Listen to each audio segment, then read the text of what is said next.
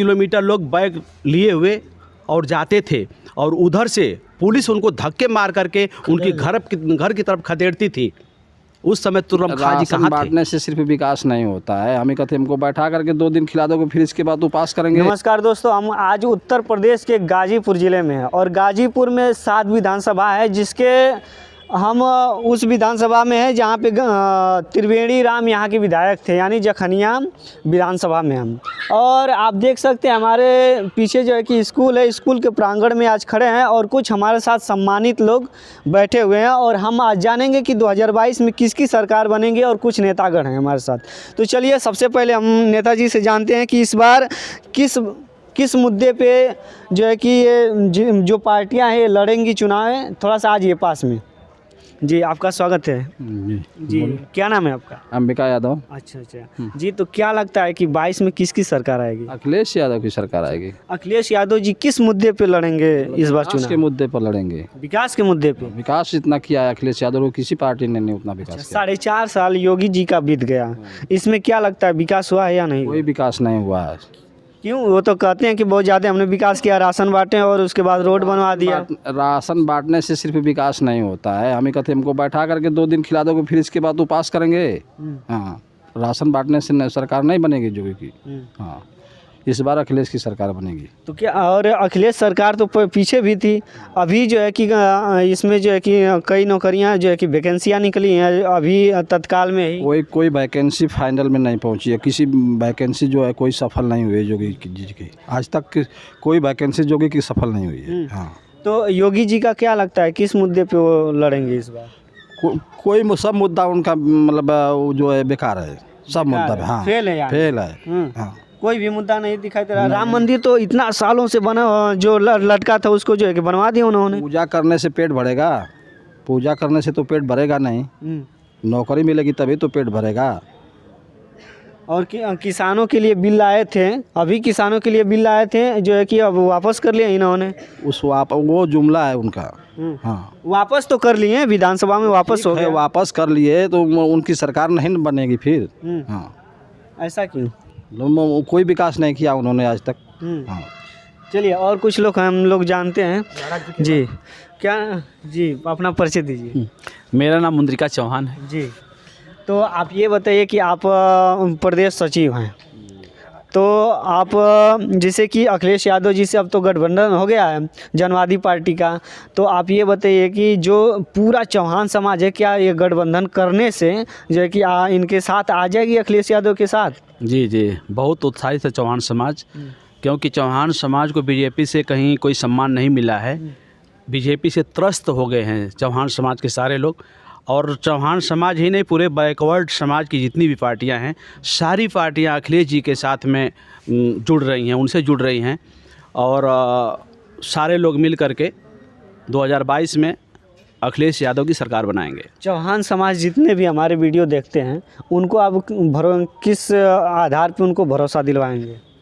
देखिए, हम लोगों ने अखिलेश जी की जब सरकार थी उस समय तमाम समाजवादी पेंशन, लोहिया आवास और वृद्धा पेंशन, तमाम पेंशन मिली थी उनके सरकार में, और इस सरकार में निराशा ही हाथ लगी है लोगों के, बाकी कुछ मिला नहीं है।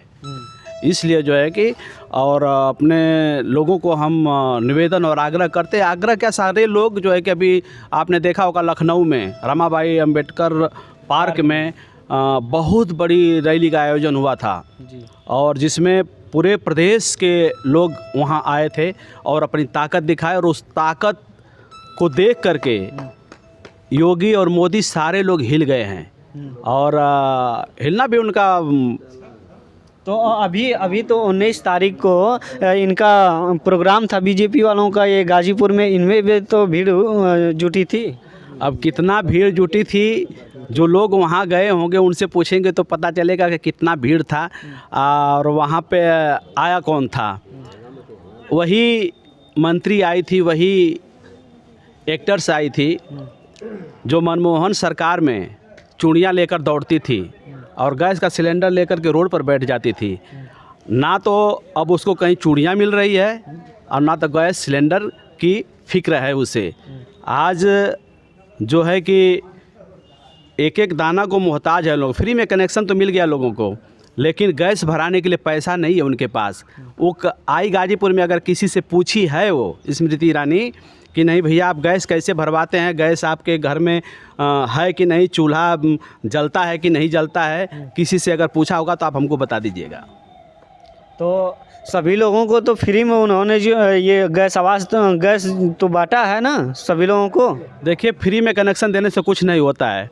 फ्री में तो एक इनके मित्र हैं मोदी जी के, अडानी अंबानी, उन्होंने जियो का एक नेटवर्क सिम चलाया था, उन्होंने फ्री में सिम बांटा था लोगों को कोरोना के माहौल में जब हाँ, स्टार्ट 1 साल तक। उसके बाद में अब उसका चार्ज क्या हो गया है, अब लोगों से पूछिए कि नहीं, मतलब कि नहीं अब रिचार्ज करवा पा रहे हैं कि नहीं करवा पा रहे हैं। पहले तो लोग फ्री में देने का जो है कि आदत बनाते हैं लोगों को, फ्री में देने का आदत बनाने के बाद उनको लूटते हैं।